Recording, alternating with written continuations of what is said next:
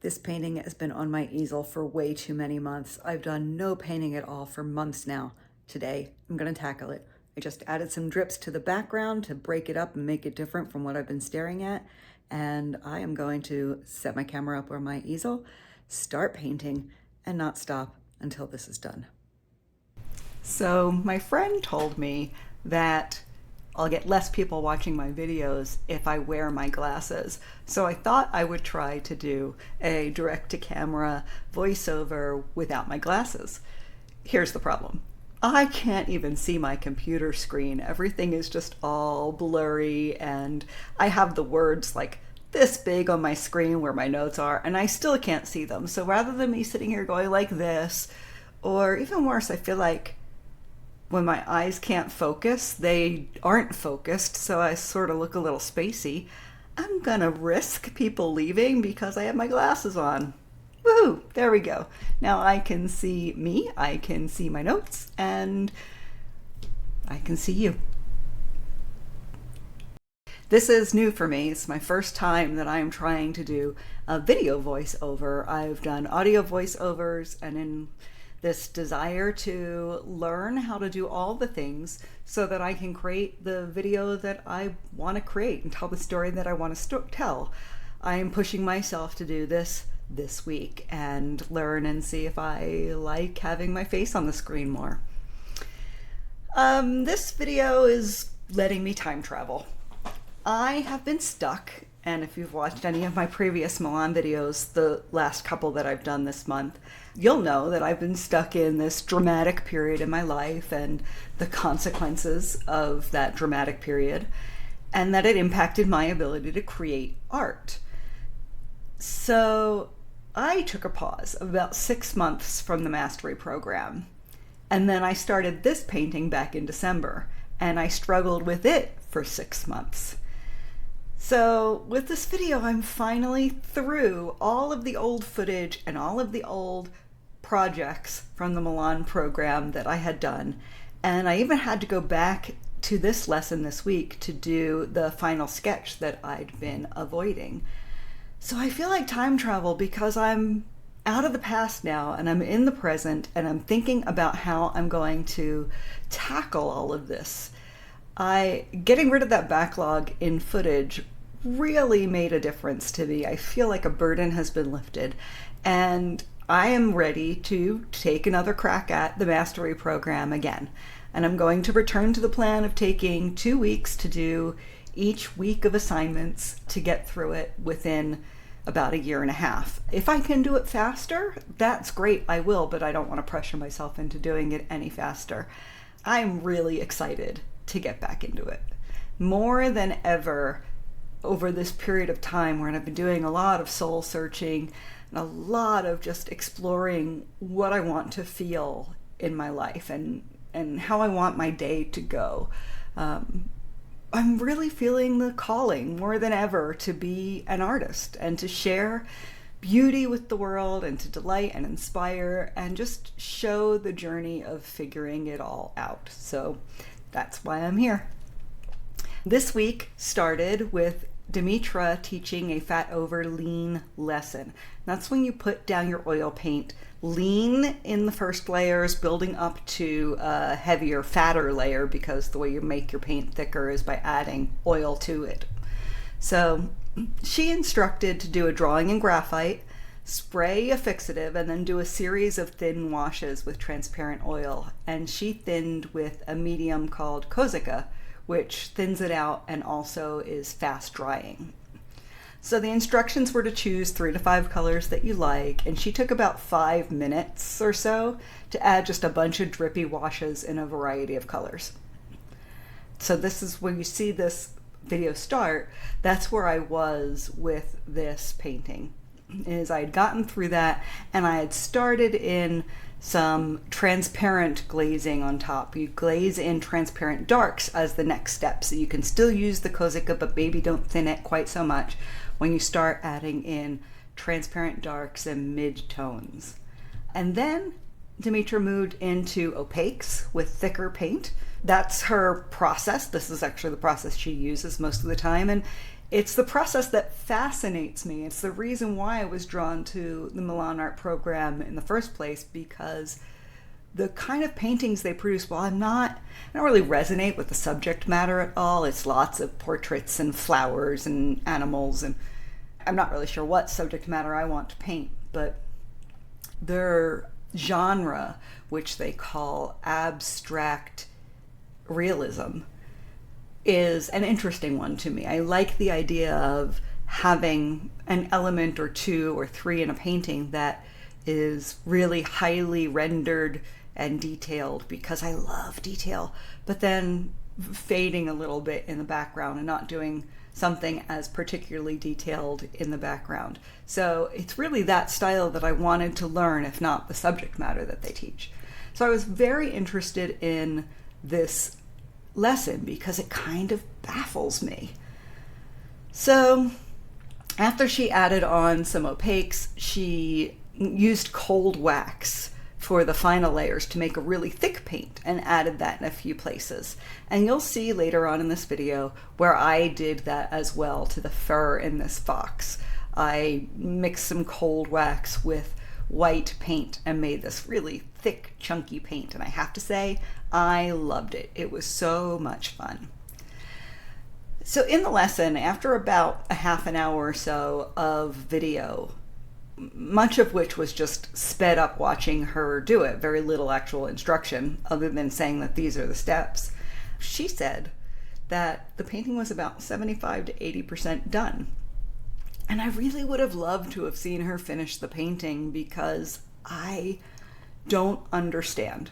I don't understand this process. I think I'm making it harder. I'm sure that I'm making it harder than it needs to be. The abstract side of things is baffling to me. So even though I attempted to model her technique, my results aren't anywhere near it. My desire to put in a more rendered background was really, really strong. And you'll see I added bushes and trees, and it's not abstract in the slightest. I decided that I was going to attempt the painting a second time. I took a slightly different reference photo and I did it again. There are things that I like and don't like about it. My second one was much more realistic in the face. The first one looked very cartoony, which seems like the ultimate in insults when it comes to painting, doesn't it? Someone recently said that I had a very cartoony style with my sketching. It hurt my feelings, even though she was right. It still hurt my feelings because it seems like you're saying it's childish and amateur. But I am an amateur. I am just starting, and I really do approach art with a lot of childlike wonder and openness. So maybe it's accurate. This first one ends kind of cartoony in style, but the second one that I do is much more detailed. I fought the urge to fully render the background, and it makes me think this painting is incomplete. In fact, I haven't signed it yet because it feels incomplete. So let me know in the comments if you think this is a complete painting or if it needs something else, because I truly don't know. So we're going to continue watching me make this very first one, and while I tell about the rest of the lessons. I don't think I said this in the beginning. This is for Milan section, or part 1, section 5, section 1, part 5, however they say it. 5 was a break, and then 6 was this fat over lean and gesture drawing lesson. The next part of this lesson, the gesture drawing, first from life and then from photos, had a total of 18 minutes of instruction. Dimitra started and emphasized the importance of finding the weight and balance of the body, and she did what's known as a lollipop sketch. It's a circular head and then like a center axis to represent the spine. That's a quick gesture. And she did a few 5-minute poses, and she recommended that you practice with different materials, emphasizing things like making the body made up of a lot of rounds, ovals, lots of curves. They went on to give you the lesson of counting the number of heads on a person. They talked about how the tendency is for a person to make a big torso and itty bitty legs because they think about the belly button as being the center of the body, but really it's the crotch as the center of the body. So rather than shortening someone's legs, if you really think of around the crotch area as being the center, you'll get a person that is tall enough and the proportions a little bit closer to accurate. But it really does vary on each person, which is why they have this head method as a method where you size up a person's head and then see how many of those it takes to make the length of their body. I am fortunate enough to have loads of gesture drawing and life drawing experience. Here in Las Vegas, we have a couple of galleries that do life drawing sessions weekly. So I have caught quite a few life drawing sessions, and I'll show you some of the sketches, some of the less rendered sketches from those, because life drawing is in fact done with nude models. So you can understand the way muscles and folds of skin work. Obviously, I don't want to get flagged in any way here on YouTube, so I'm going to be a little cautious about what I reveal here. I find that these are really valuable classes. Not classes, that's the wrong word, because there's no actual training in these sessions. It really is just the opportunity to work with a live model that is facilitated by an art gallery. So it's really good to be at them. I find anything that I can do that puts me in the same room with artists is a really wonderful thing. And it feeds my soul to be around another artistic person and a group of artistic people. And the last time I was at the life session, we did full-sized portraits. I did oil, so it was one pose for a long period of time. So I did a life drawing painting of a live model. And whenever I do these, I just give my painting to the model as a gift. It's them. It's not particularly good because I'm learning, and it just makes me happy to share that. It means more to them than probably anyone else on the planet, so I'm happy to gift it to them. I know for them it's a job, but as a young artist, I really appreciate the opportunity to work with a model.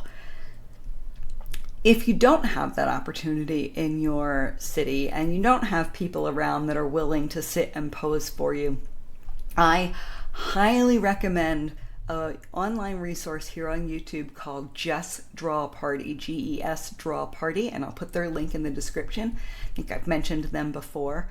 They do these really great life drawing sessions where they have one or two models, usually in costume, really good at making interesting poses, really challenging, and they time it for you. So they will have, I forget exactly what they do, 1 minute, 2 minute, 5 minute, and then maybe they do a 20-minute pose, maybe they don't, maybe they just stop at 5. And then obviously you can pause the video if you want a little bit more time. Hey, I'm trying to record here. Thank you. So I highly recommend that if you can't work with a live model, to use Just Draw Party, but also go to a location like a food court and start making gesture drawings of people. Sure, they're moving, they're not stopping and playing statue for you for a few minutes, but it's a good way to figure out how to get the gesture, which is their line of action, if you will. It's the way their body is moving, how their weight is sitting. The faster and the better that you get at those descriptive movements, the easier it is to draw people. I join a live weekly session called Drawing is Free. That's at drawingisfree.org, and this is just a weekly Zoom every Monday morning. Actually, there are 2 sessions, but one of them happens in the middle of the night for me, and it is an opportunity to just work with people on a Zoom. People volunteer. The facilitator, Chloe, will go through and ask people if they will pose, and they'll generally agree, and you'll see someone just go like this for the length of a song. and try not to move, although that's harder for some than it is for others. I have gotten pretty good, if I do say so myself, at capturing people's likenesses in under 4 minutes. So I highly recommend that you use those two resources if you are interested in drawing people. And then the final lesson of this week 1.6 of the Milan Art program was an expressive statue drawing. And that drawing I did yesterday. That makes me so happy to be done with this week and being able to move on to fresh learning and fresh projects. I used their reference photo to make the statue, and the assignment was to be more expressive or creative with mark making. She recommended using water-soluble graphite, which I had just used that Monday for the Drawing is Free session, so that seemed like kismet. And the goal is partial realism, partial abstract, and to be freer. I still don't know how to do this. This really was the hardest week for me because not only was I going through a bunch of stuff in life, which made everything difficult, I also don't understand abstract art. I don't know what to do, even though you're just supposed to feel through it. I don't know how to feel through it. So I just feel like I'm doing it all wrong. I still feel like I'm doing it all wrong. And in that video, she stops talking a minute in, and she just pretty much draws for the rest of the time. So there's very little instruction, which is always my complaint about the Milan program so far, is I just want more information. Maybe I'm looking for a how-to or a step-by-step, more of a tutorial rather than a direction, and they seem to just point you in a direction and give you what they feel like you need to know, but not anything more than that for sure. Although I haven't drawn a statue before, I've heard from many artists say that this is a great way to learn the human form. Statues tend to be pretty defined and they don't move. There's a benefit there. But the instructions to be a little more creative or be sketchy and messy, I don't understand them. So my creativity came here at the end, where I just added in some columns and some bushes and cypress trees and made her look like she was in Greece. That's the best I can do when it comes to abstract at this point.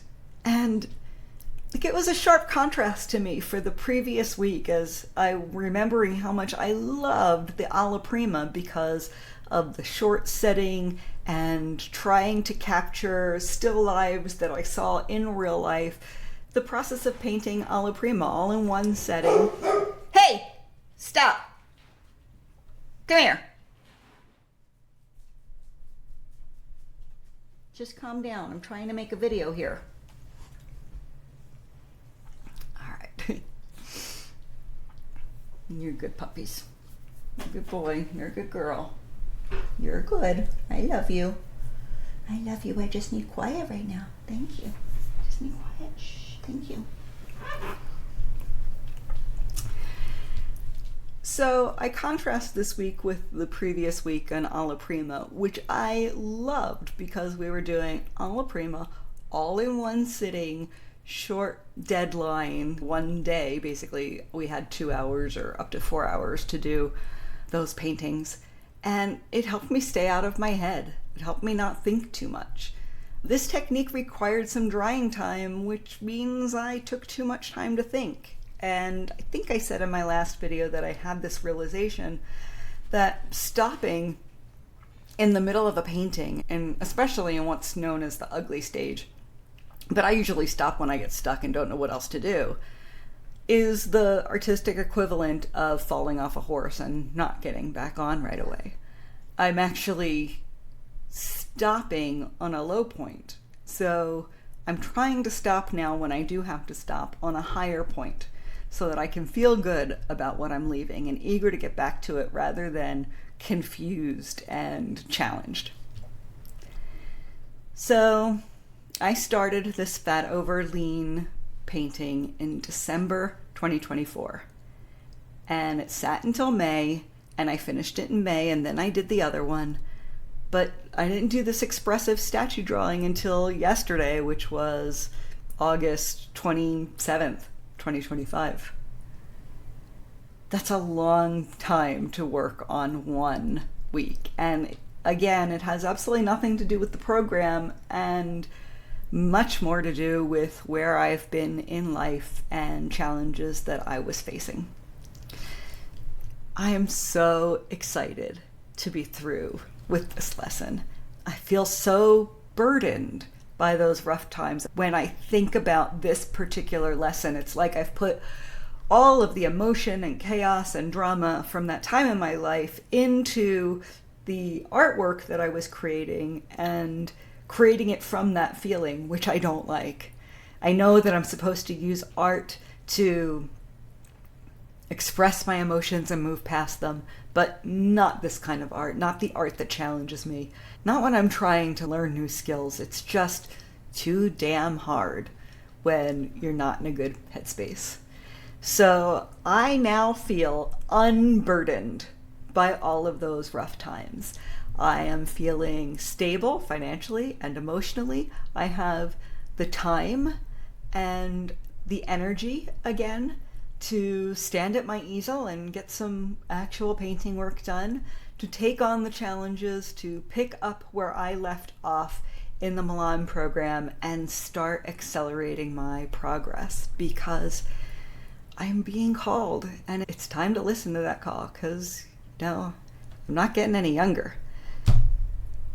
I have one more thing, which is I have been thinking about, I'm an ambassador for the Milan program. I'm an affiliate for the Milan program, and I would like to start making money as an affiliate. And I really do like the program, despite my objections to it. I'm still very glad I took it, and I'm still eager to complete it. I know a little bit about selling as an affiliate, and I know that one of the best ways to sell as an affiliate is to offer your own bonus.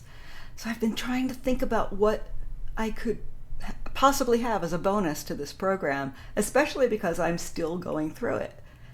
That's when I realized that I could create a bonus that would help you as well as me. If you're interested in the Milan program, want to join the next cohort, and do so through my link, you now have an accountability partner, a buddy, someone to go through the program with, a lifeline, someone that you can call, because we all need more friends. We all need more support.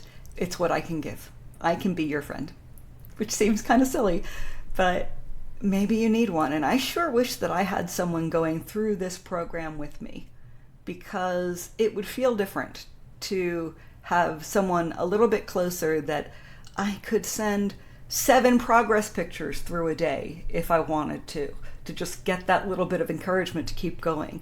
Someone that checked up on me. In my whole time I was gone from the Milan program for a year, not a single person reached out to me to ask me where I was. I can be that for you. So if you're interested in that and you're interested in joining the Milan program, please use my link below. I would like to create that relationship with you. It would give me, I think, make about $300 of the sale. So it would give me about $300 to put to canvases and paint and all of those things. And it doesn't cost anything more to you. So I would absolutely love to be your accountability partner, your art buddy, your phone a friend, your lifesaver. I'll think of something to call it. All right, with that, I'll catch you later. Bye.